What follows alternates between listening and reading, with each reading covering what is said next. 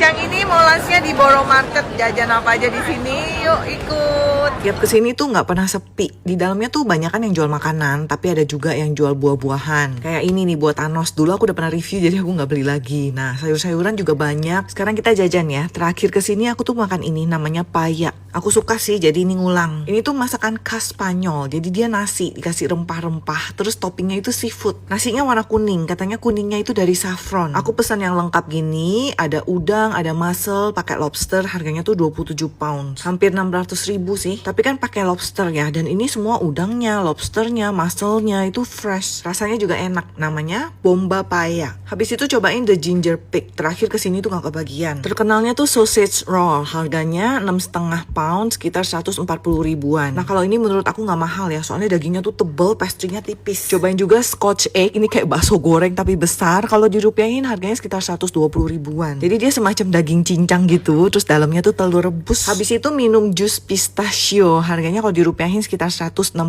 ribuan. Tapi ini tuh pure dan bener-bener kental, bikin kenyang. Habis makan kenyang, aku belanja, aku beli buah-buahan yang unik-unik lah buat di review. Keliling-keliling bentar. Nah ini strawberry yang viral tuh masih tetap antri, tapi aku nggak ngulang ya ini. Masih banyak lagi sih toko yang jual keju, jual seafood ya, adanya di Borough Market London.